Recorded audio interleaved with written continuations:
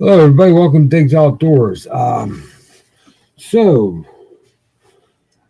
as you see from the title, let's see what 2025 brings. And I've already got started.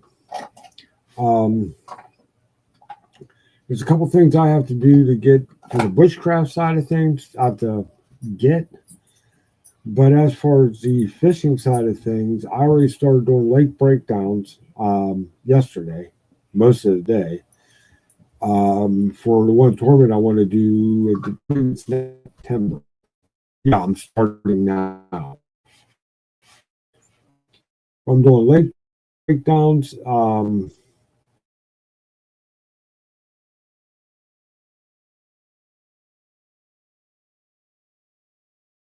What I want to take, logistics, all kinds of stuff. And along with that, I also was thinking about, well, not thinking, I'm going to be kind of changing up my game plan for that as well. I'm not going to be too worried about a lot of these quote unquote newer techniques that people have been doing for the last 5 or 6 years. I'm going back to what worked for me 28 years ago now when yeah, just to kind of fill you guys in, if you guys didn't know, I actually walked away from bass fishing for 25 years. I'm walking back into it now. And I will tell you this much: a lot of stuff I was doing 25 years ago, people aren't doing today, which means this whole crop of fish. Hey, how you doing, Tammy? Happy New Year. This crop of fish hasn't seen a lot of those tactics. So, something to keep in mind: everything that was old is going to start becoming new again in a hurry. Along with this kind of ties both things in, along with the bushcraft and fishing. I'm actually going to try bushcrafting. I wouldn't say bushcrafting per se, but using my antique tools to make fishing lures. Some may be antique-ish in nature, others might be new. Who knows? This is something that a little road I want to go down just to see if I can do it. Number one, number two, I think we'll make something quite unique, something that nobody else is doing out there. They're either carving stuff, carving stuff using modern means. Very few people actually sit down and will use like a whittling knife anymore to make a lure, from what I've seen. I'm not saying people don't do it; it's just they don't get. You don't see them here. Somebody will pull out a utility knife or something along that effect, or will use a belt sander and a Dremel. I'm going to go a different route. I'm going to use like a Sloyd knife, maybe even a hook knife, um, draw knives, maybe even a coping saw to shape the body, different things. And I may make some things that are traditional, some things from my book. Once I find it here, I've been kind of getting some ideas from this one book I got.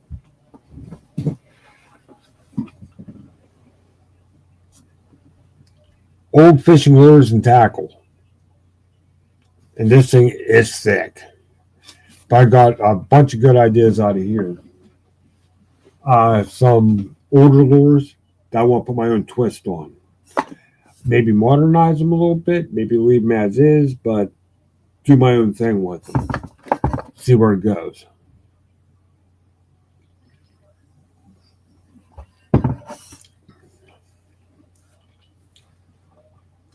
So, that tournament I was talking about, that tournament is going to be, um, it's called Broodstock 2. It's going to be on the upper Allegheny River, which is only where the tournament's going to be at. It's only about an hour and a half north of me. So I mean, it's pretty much my backyard. And with the water that they opened up on it, not just one particular body of water, they opened up 11 bodies of water. Two of them are within 45 minutes to an hour from my house. And I may choose, let me see, there's one, two, three of them that are nice and close. I'm probably going to choose one of those just for the fact that when you're doing a tournament, it's actually, I won't say a major, but it is a competitive advantage to be able to sleep in your own bed. Just saying. That's one thing a lot of people take for granted. I mean, some people it doesn't matter. Don't get me wrong. Some people they can do it; and they're just fine. Other people they may not get that great of a night's sleep. I mean, I'm not saying I'm going to get that great of a night's sleep. No, not have to go out to a tournament either. But I'll be doing it in my own bed, and that kind of makes all the difference in the world. But the one body of water, I'm not naming anything. I'm just going to say that the one body of water that I'm really kind of keen in on right now is overlooked. That's all I'm going to say. It's overlooked. And when I say it's overlooked, is that the fish in that body of water are probably going to be a lot dumber than the ones in the on the high pressure bodies of water and have everything thrown in front of them all day long. So there are things to weigh out. If I don't do that, I might do one of the three moving water things that they opened up. They opened up 8 lakes, 2 rivers, and a very large creek, which could be a small river in and of itself. Um, and the two bodies of water I was looking at is either French Creek or the Clarion River. And I know other people are going to be looking at those as well because that one, the Clarion, the Allegheny, and French Creek all produce some pretty decent sized smallmouth. So that's smallmouth are definitely going to be in the mix. Um, in the Allegheny, I think the Clarion. Not so sure about French Creek. You can get largemouth too. So there's also that consideration as well. And the thing with it is, in a bass tournament, now I don't believe there's any spotted bass up there. I do know we do have some spotted bass in Pennsylvania. I do believe in the Allegheny River, just their range is as far up as we're allowed to fish. But the bass that count toward that are largemouth, smallmouth, and largemouth, smallmouth, and spotted. Oh, no kidding, Tammy. Where I'm going to be fishing at is not that far from Clarion. In fact, I think they're putting in at Clarion on the Clarion River, and you're going to be allowed to fish from the Clarion River the whole way down to the Allegheny River. Then from the Allegheny River the whole way down to, I think, just past Brady's Bend to the launch there. And that's all the further downstream you're allowed to go in Allegheny. I think you're allowed to put in Oil City. But yeah, I'm not that far from Clarion at all. In fact, I don't know if you've been to Clarion. We used to have a camp. Oh, I'd say about 20, actually about 25 to 30 miles north of Clarion on 66 in Marionville. So I'm very familiar with Clarion.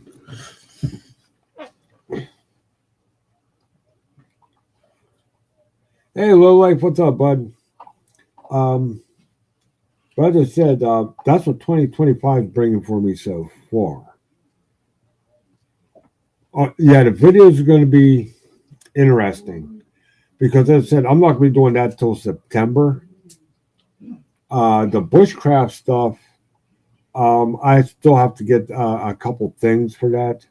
I want to get a good Sloyd kit because I want to I want to try making a Cusca too, a Cusca, a bread bowl. Like I want to get a Sloyd kit, which is a Sloyd knife. I like to get it with the chip knife and the hook knife. Also want to get they call it a craft adze now, but it's a bowl adze. Get one of those and either buy or make some what's called a scorp. A scorp is actually not a hook knife, but it's like literally a ring knife that you use to make a spoon. You can do spoon bowls or Cuscas with it, but they're rather expensive, so it's cheaper to buy a cheap set of wrenches and make them. So, but that's stuff that I kind of have to do outside, and it is right now about 25 degrees outside with the wind blowing, so it's about 5 degrees outside. I ain't working outside. No, ain't happening. But along with that, I also am looking in, bouncing around an idea of doing a video series. Not sure how much of this I want to reveal yet, but I'm going to be fishing in Pennsylvania, mostly overlooked bodies of water or bodies of water.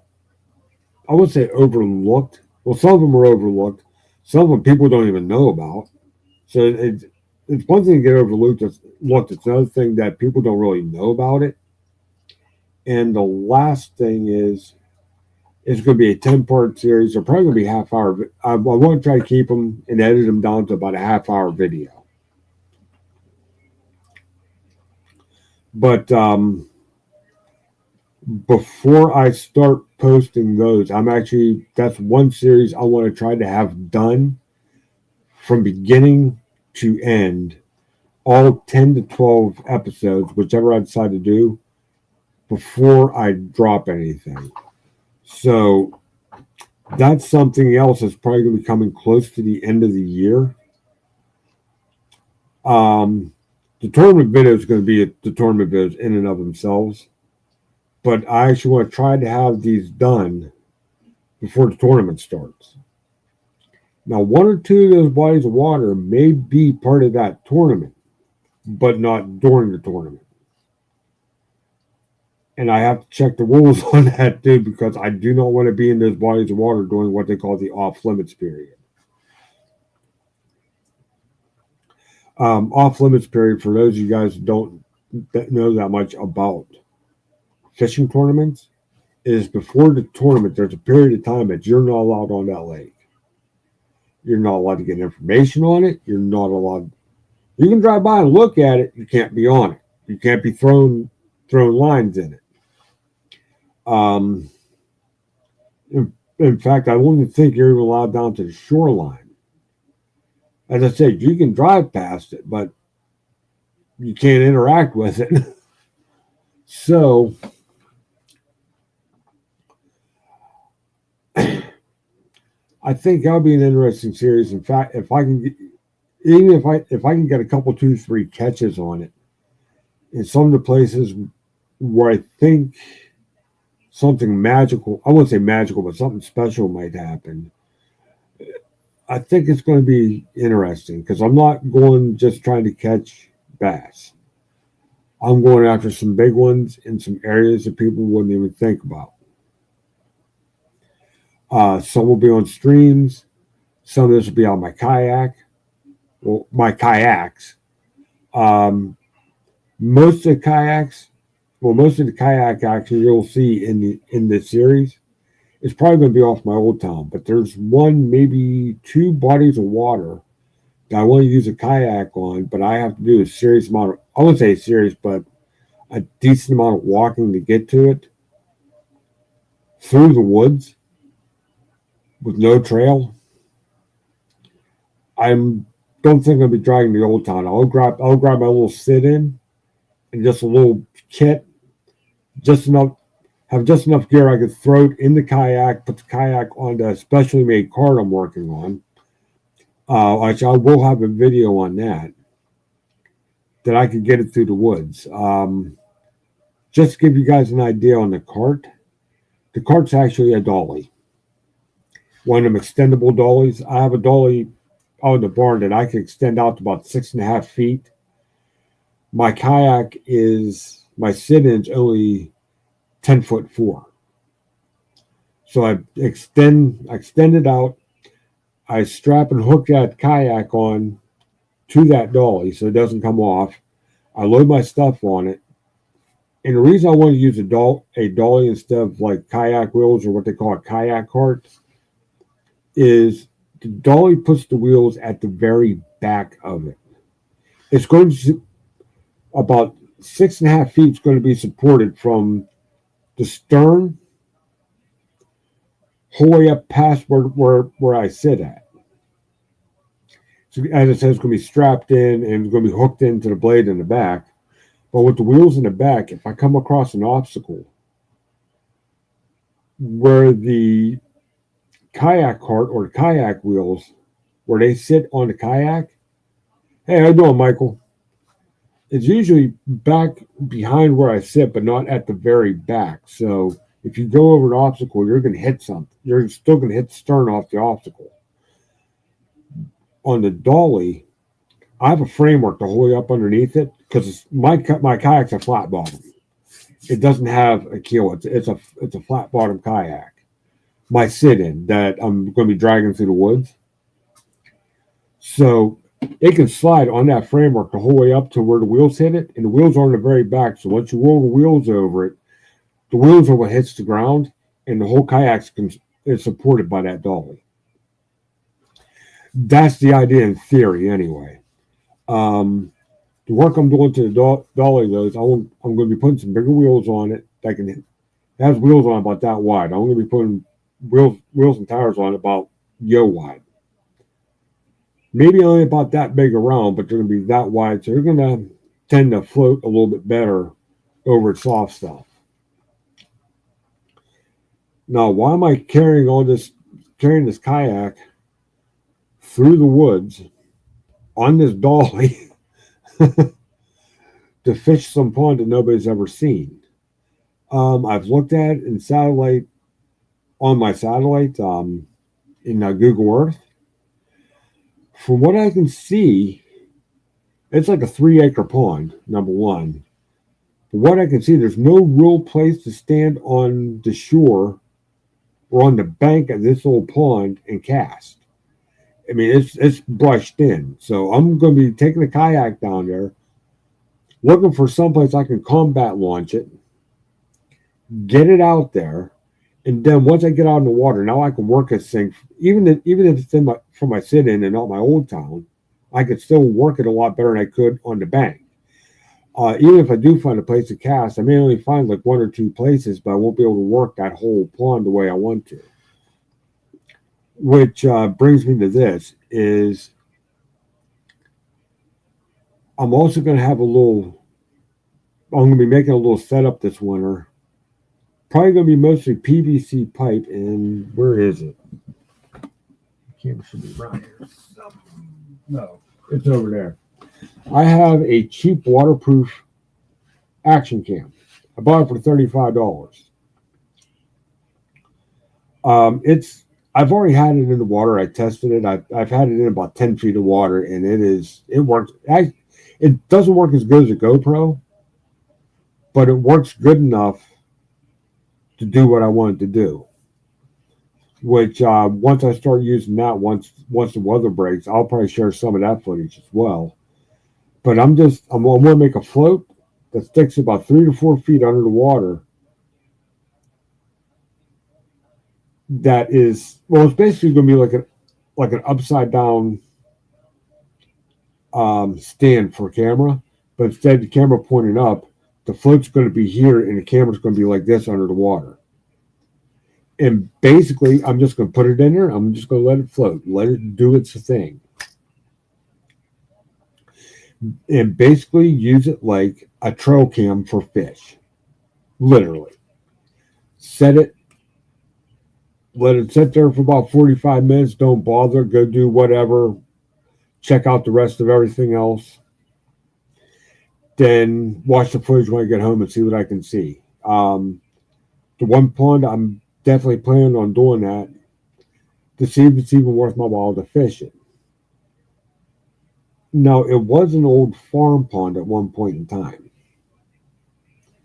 because I'm looking at the one on the camera. I'm looking at the one end. It was dammed at one point in time, and it had its own dam on it. People don't just do that, dam up water years ago just for something to do.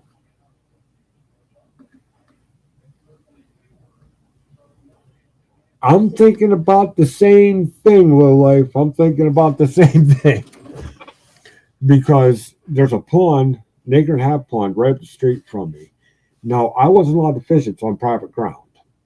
The person who had it for probably about the last 45 to 50 years, no, I'd say about the last 40 years, didn't fish it. What I know about that pond was it used to be a paid fishing lake. Now, I thought it would be all but about dead because that pond let go twice. I was finding bass in my hollow down here because that pond empties out in my hollow. I was finding bass in my hollow like that. Fast forward to about a couple, 2, 3 months ago. They're building a housing plan on what used to be at that farm, which that doesn't make me happy, but that's neither here nor there. A couple of the kids that moved in there, since they lived there, they're allowed to fish the pond. So they fished it. They pulled out a couple bass, I swear to God, that's this big around, and each one of them weighs about 8 pounds. So if there's any bass in there and that little pond was left to its own devices, and there's enough bucks in there to keep everything going, they're going to be huge. And they're not going to be that smart when it comes to lures. I was talking about those dumb fish. I wouldn't say dumb fish, inexperienced. We'll call them inexperienced fish. Because this little pond, okay, Tammy, this little pond, I don't think not too many people know about it, number one. And even if they did, I don't think they would go through half the hassle to get down there to fish it. So I don't think it hardly gets any pressure whatsoever. Left to its own devices, so that means it had a chance to even itself out. So everything is kind of, I wouldn't say in harmony, but everything kind of found its balance. And since it found its balance, if there's enough forage there,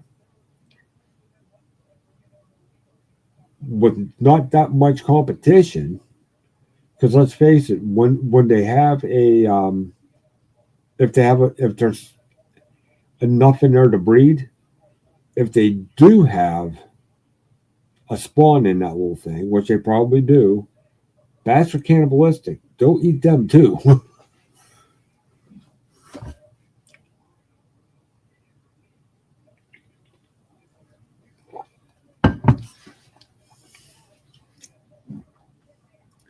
But I'm still trying to come up with a name for it. But the idea for it, since I don't want to leave the state of Pennsylvania yet,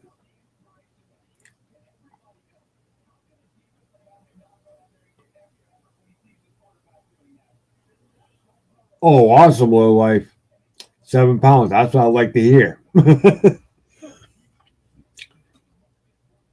But I got the idea off of, I don't know if any of you guys watch the Outdoor Channel, and they should be, I think this coming Saturday or Sunday, they're going to be restarting the show, The Hunt for Monster Bass with Ott Defoe and Chris Lane. And that's interesting because some of the places they go, unless they go to a well-known lake, they don't say where they're going. I'm not either. But I have a list of 12 different places I want to go. Now I'm sure a couple people, because some places I'm going to do have public access. I'll have my kayak in it, so anybody who's familiar with the area will probably recognize the lake. But the reason I'm not saying anything, because if I do catch something big out of it, I don't want to spot burn. I don't want to catch a fish there, and then the next time I go back to it, there'll be like 25 people trying to catch that fish again. So I don't really want to spot burn, but I kind of want to call attention to it all in the same, if that makes sense. And this all stems from a personal goal of mine is I want to try to catch the PA state record bass. I'm not going to get into the story now, but I was pretty darn close to it when I was a little kid. I want to get there again. Now I know what that taste is. I want that again. And I don't believe your big bass will just like we'll go to Shenango, go to Raystown, go to Arthur, go to Wilhelm, Crooked Creek. The list goes on and on, those big lakes. I don't think it's there. The last PA record bass was caught out of a lake that was barely 10 acres big. Barely. In fact, I could probably tell you exactly how big it was because I actually have the data right here.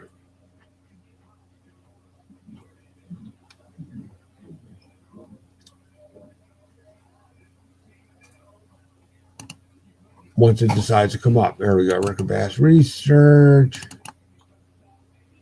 Let me open up this.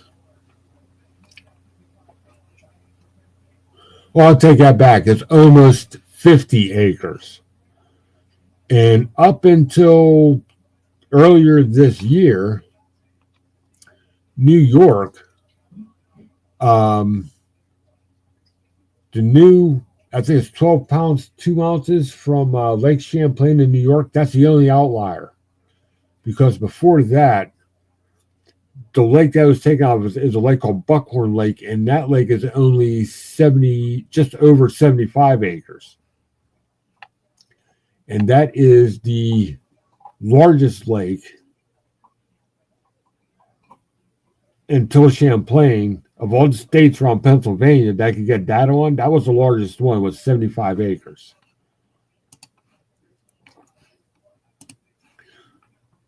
So what that's telling me is your big bass are going to be in the overlooked waters. Going to be in the smaller bodies of water that you know that there's bass in it. Not too many people monkey with it. I have a whole criteria because it's what, even though I couldn't fish in this lake, on this little pond up here, I used to pay attention to what's going on. It had natural predation of bass too, not only from the other bass in the pond. We'd have ospreys show up every once in a while. They took their share. When you had your fingerlings, you're frying your fingerlings up there. Hey Kentucky, what's up? When you had your fry and your fingerlings up there, on the one end where it's shallow, that there'd be herons all over. I wouldn't say all over the place, but it wouldn't be uncommon to see 3 or 4, sometimes 6 herons in the shallow end, just picking fish off left and right. No, it wasn't down toward Lancaster. I haven't been out that way in years. Trying to think when it is. 2014, 2015 was the last time I was out that way. And I went to Mannheim. But you'll have your natural predation. That keeps everything thinned out, so there's going to be a lot more forage for everybody. And I do know that pond was kind of forage, I wouldn't say forage heavy, but it had a good Happy New Year, bud. Had a good amount of forage in it, and you get a lot of smaller fish out there that are competing for the same forage as the bigger fish. That means the more the bigger fish can get, which means they're going to get even bigger yet. Um, that whole thing with the criteria and everything, I'm actually writing something right now. Oh, okay. On the very first bass I ever caught, which is the very first fish I ever caught, the Pennsylvania state bass, the criteria, and then what I'm going to try doing to get one of my own.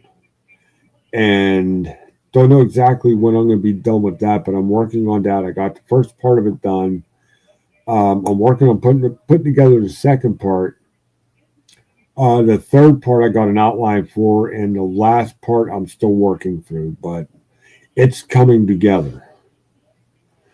Um, don't know exactly what I'm going to do for it picture wise, and that is probably not going to be a video yet anyway. Um, that's something I want to try doing, kind of like I was like either a short story or an article, however you want to say it, and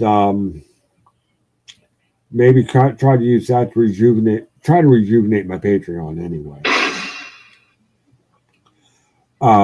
Because I have a couple different takes on that kind of differ from the mainstream thinking.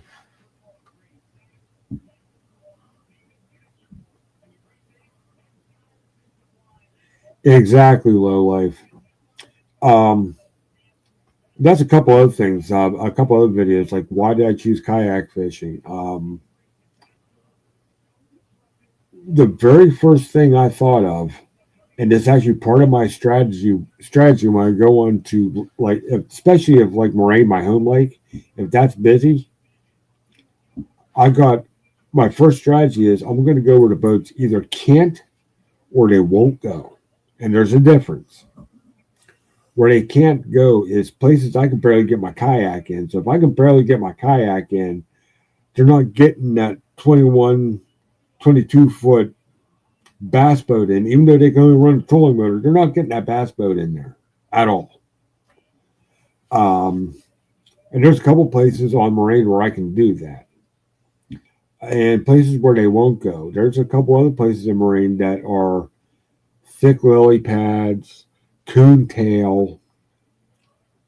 I mean, you're just over top of coontail all over the place.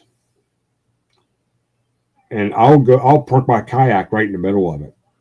I'll kind of slide it across the top of it, park my kayak in it, and I'll sit there and work out and be in the middle of that stuff that those boats don't want to go into, and I'll be pulling fish. A little secret about the coontails, especially if they're maybe anywhere from like a foot to 3 feet under the water. Like a foot would be like your top where it's leveled, and 3 feet would be like where there's holes or dips in it. I was throwing out either spinnerbait or chatterbait. It works both ways. As soon as I hit the water, I'd start reeling, not fast, just reeling until I feel it start ticking the tops of them, and I would just work it. And if I just as barely ticking, you'll feel it to the line. And when you're reeling, if you feel it stop ticking, it just kind of just starts coming straight at you. Cut power for literally a split second, let drop in that hole. Then go 1, 2, pull it back up, and just start taking it across the top again. What was happening is I was catching those fish when I got over that hole and I let it drop in that hole. I drop in a hole and pop it back up. Right when I turn to pop back up, that's where I get hit every time. I was sitting on top of coontails for probably about half hour. I pulled 4 fish out. That was a couple of years ago that I was able to do that, because the last couple of years, as you guys know, have not been good years for me for fishing. Health issues, shoulder issues. My dog had health issues for a while. Kayak issues. I was waiting for my old time to come in. It didn't show up yet. And that's one thing. Kentucky said something here. Kayaks in the creek are my favorite place to be. I've not tried creek fishing in any kayak yet. That's going to get changed this year. That's also going to be part of that video series. But back to what I was saying, can and won't. Because a lot of boats ain't going to want to deal with that coontail, especially if they're looking out and it's maybe a foot underwater, but there's a couple places where you can see it sticking up through the water. They see that, they're like, they don't even want to deal with it.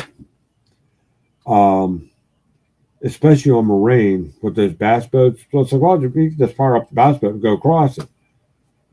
No, you can't. That's a 20 horsepower lake.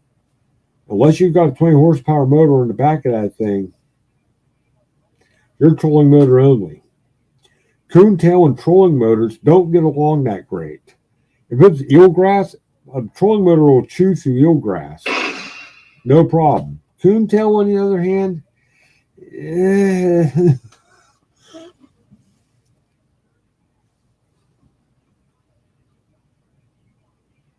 that's nice. Talking about Ohio, though, there is a couple lakes over in Ohio I want to go to. One is Mosquito. I heard good things about Mosquito, so I want to try Mosquito. There's a lake real close to me in West Virginia I want to try too, in Thomas and Run State Park. So I want to try that place out. Talking about West Virginia, there's another lake in West Virginia I'd really like to try out. It's called Dog Run Reservoir. That's where the West Virginia state record was caught. So I'd love to fish that. And you're probably wondering why, like, I'm kind of choosing Mosquito in the place where I would also love to fish the place where the Pennsylvania state record, the current Pennsylvania state record, was caught. Problem is, it doesn't exist anymore. They drained it. They drained it, I think, sometime between 2004 and 2005. The 2004 picture in Google Earth shows it's still full of water.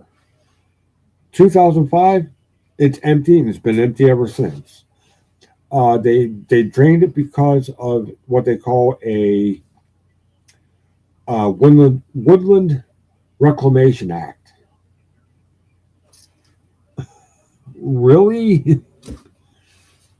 Okay, we had this lake here for so many years. The wildlife come to depend on the lake, so now we're going to take the lake away. Not that the wildlife can't adapt, but that was just wrong, man.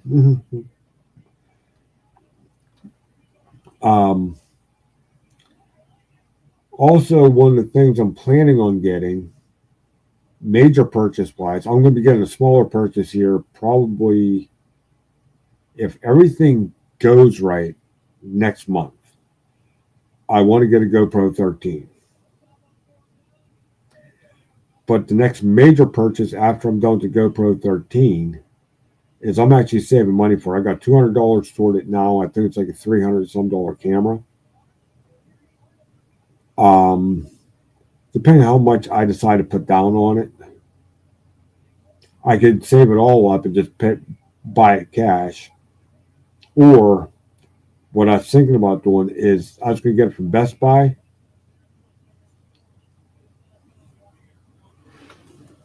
Mow the door. Okay. Is that in Western Ohio or Eastern Ohio or Central Ohio?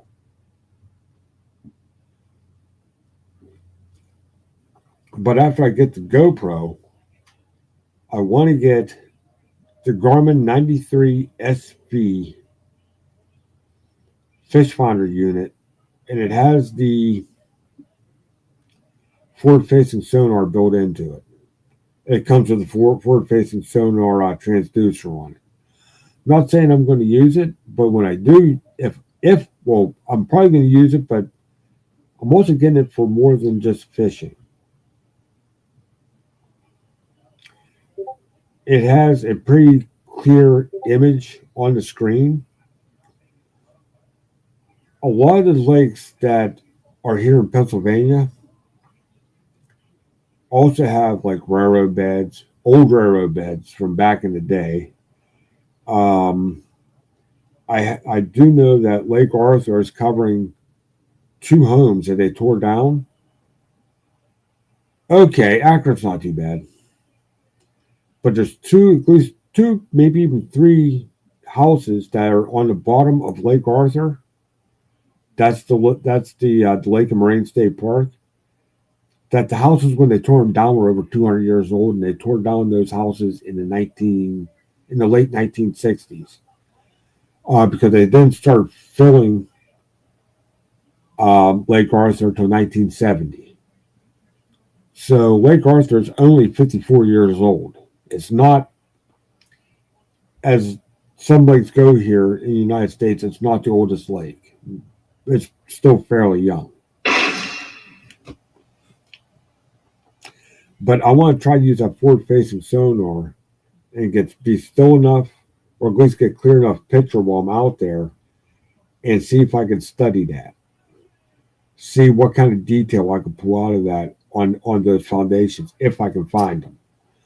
Um, there's other things in some other lakes. There's one of the lakes I want to fish actually has an old railroad bridge in it that's still intact. I mean, the deck's still. Well, I know Lake Arthur has a couple bridges that are still intact too. I mean, the decks are intact and everything. Um, I want to see what kind of bridge it is. Was it a concrete bridge? Was it an iron bridge? So I can. I'm using it for more than just figuring out how to catch a fish. I'm actually trying to use it to recreate um, some of the history of that area, if that makes any sense. When it comes to something that's going to have, that I'm going to spend that much money on, I want it to have more than one use. And to be honest with you, the 93 SV, the main reason I'm getting it isn't the forward facing sonar, it has mapping capabilities. I can put a chip in it, go into a body of water that is, it may have the body of water marked, but I find a couple, two, three bodies of water that I want to fish on the 93 SV's map of Pennsylvania that have no information. They just said there's a lake there. That's all they know. There's a lake there. So I can make my own maps, have my own waypoints, or put my own waypoints on it, and I can personalize that map to me. Um, yeah, I've already played and drooled over this thing, and everything already. I was already playing with shading on it, and I decided like my shading, like 0 to 5 feet is going to be red, 5 to 10 feet is going to be orange, 10 to 15 feet is going to be yellow, 15 to 20 is going to be green, 20 to 25 is going to be blue, and anything below that's going to be white. I have that figured out. And the only reason I'm going to have it kind of set like that is when I'm taking a kayak and I'm in the red, I'm in shallow water. That's going to be like, okay, you want to be on alert so you don't run into something. Orange, there's likelihood of possibly running into something. Yellow, I'm pretty safe. Just be careful. Green and blue, have at it. Yeah, kind of funny how my mind works, but whatever works for each person, right? But trying to think what else. There's a couple other things I have going on. Once it warms up, I think I may put my trail cam back out too, just to goof off because I've got it working again. It's just it does not like cold weather at all. So I don't want to put it out in the cold weather. So once it warms up, I'm going to put some new batteries in it, put that out, see what I can see with that. Um, Hopefully, if it warms up a little bit more than what it is now, I actually want weather's like this. I want to go back up and use solitude a little more. Um, Go up there, set a fire, goof off, maybe do some quickie bushcraft stuff up there. Um, yeah, and when it comes to solitude, basically what solitude is just a place for me I can go back in the woods, goof off, get my mind right. It's there's that has a couple things I use it for. I go up there and I just kind of just that's like my spot to relax. I can get in there, relax, take it easy, do some stuff. It's all good. The other reason I have it the way like the way I have it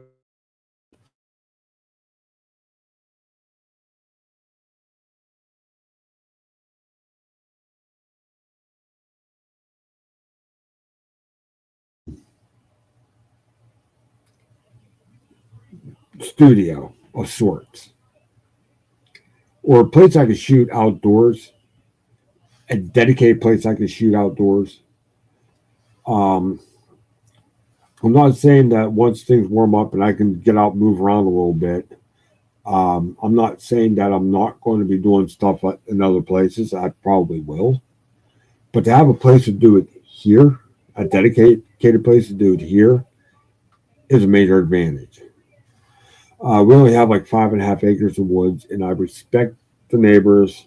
I don't go on their property. I don't even get resources off their property anymore. I respect that line. I stay on my side of the line and do my thing. And for what I want to do now, I have plenty of resources on my own on in our 5.5 acres of woods. If it's not my 5.5 acres of woods, I'll probably have it in the 3 acres of yard and pasture. I'll find it someplace. Um, which also brings me to this: talk about going places. Like as I said, I want to be doing shooting those fishing videos. A couple of those places I'm going to be going to, there's also going to be, I may be using the kayak to get to someplace on shore and exploring a place on foot on shore looking for other things I found either in Google Earth or um, something historical that's off the lake there someplace that it's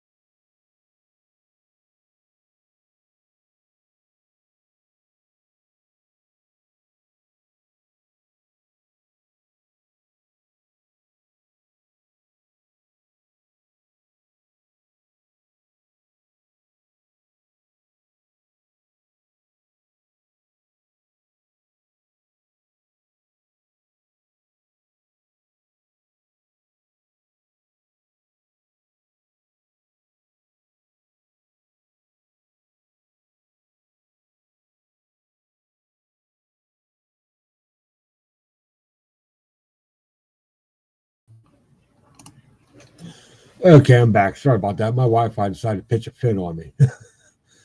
that that's the norm. Gotta love it. But back to what I was saying. When I do go to some of these places to shoot videos for that series I was talking about, there's a couple places that I'm gonna be using my kayak to get.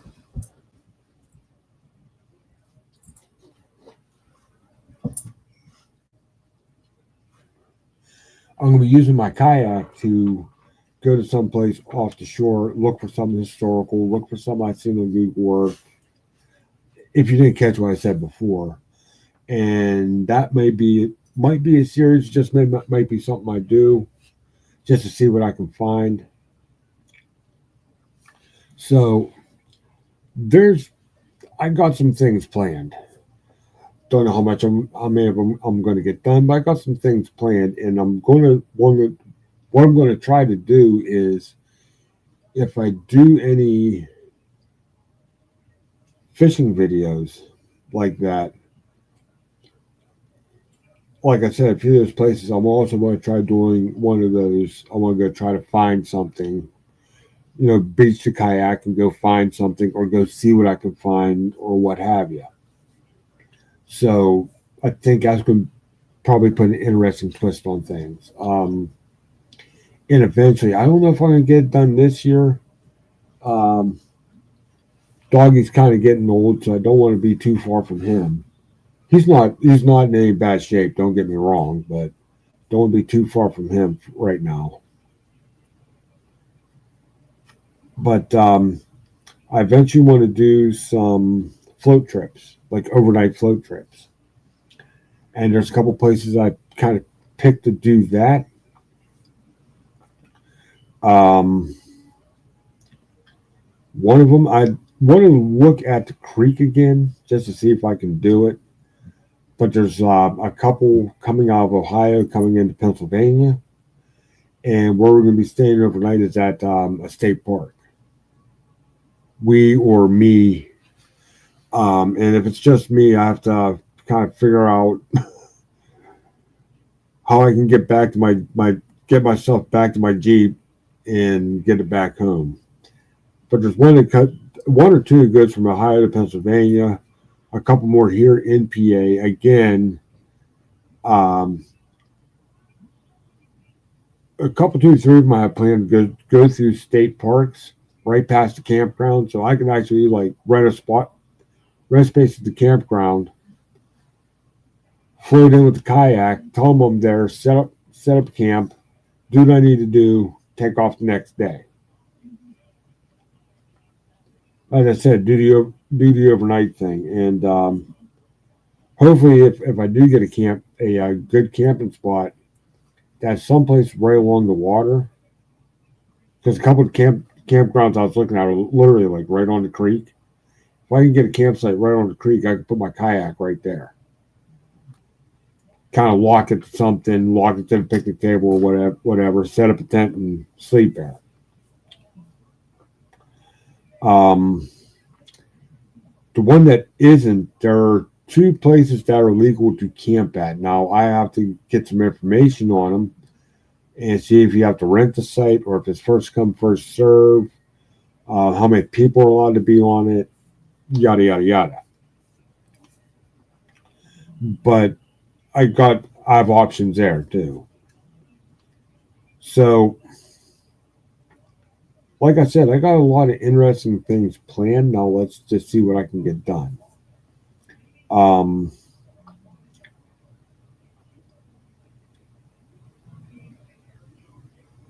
in regards to the tournaments, I told you about the one tournament I want to do. I'm not saying I won't do any more. There's another idea I'm kicking around. Not so much of a video idea, but I'm kind of kicking it around. I'm thinking about starting a local kayak club. Just thinking about it right now. Um, there's only one real active one around where I live here, which is around Pittsburgh, and they have a decent schedule. I'm just not too keen on it. Plus, I think the way I wanted to do this is not only is it going to be a kayak club, if I could pull it off, there's a couple people I want to talk to on that to see if it's even worth my while. But we also want to try to use this kayak club as a outreach program, not just for kayak fishing. We help like troubled kids or troubled teens or things of that nature. When it comes to the club, though, is it's going to be a little bit different than most clubs. Most clubs, if you have a kayak, you can come fish it.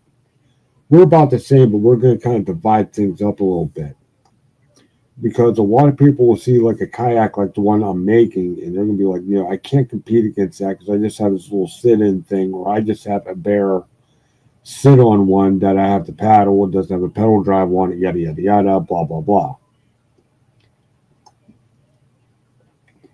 What I'm thinking about doing is instead of having one big class of kayaks, there's going to be 3 different classes that are going to be all fishing at the same time.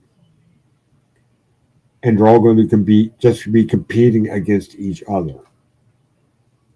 You're going to have your basic. That's going to be a stripped down kayak. It's either pedal drive, paddle, or motor. I was thinking about putting the motor in the, if you at least had a motor, I was thinking about putting it in the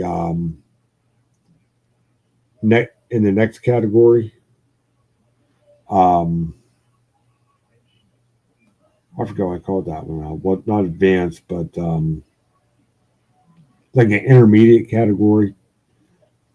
But I decided the motors, you can go up to a motor without any electronics at all in the basic. When you get up to intermediate, if you're running a fish finder, any fish finder, that puts you in intermediate. Then you have the open. The open is you got forward-facing sonar, guided trolling motors. If you can throw it on there, have at it. Not sure exactly what the entry fees for any club tournaments would be, but I think about keeping it low. Literally like $25 for whatever class you're going to sign up for. And the way this is going to work is, let's say you're going into basic, you give me $25. $5 goes toward the club, the other $20 goes into the kitty. So you get everybody in there. And so this is just a club tournament, so I'm looking at paying the top 3 places. I'm not expecting this club to be really that big anyway, so let's think about paying the top 3 places. And what the breakdown would be is first place gets 50% of the kitty. Second place gets 30% of the kitty. Third place gets 20% of the kitty. And that'd be for all the 20s that I put into the kitty. Now, I just said $5 of that $25 entry fee is going to go straight to the club. But you're going to have 3 classes like that. Basic fishes against basic guys. The intermediates fish against the intermediate guys. The open guys fish against the open guys. Now, for the club, I'm going to run points, though. So there's going to be 100 points for a win, and then wherever everybody else falls is going to drop by 2 points. So whoever gets second is going to get 98. Whoever gets third is going to get 96. Whoever gets fourth is going to get 94. Okay. My phone's giving me alerts. And that's going to be per class. So your winners of each one of those classes are going to get 100 points apiece. Now, I am going to give out some bonus points.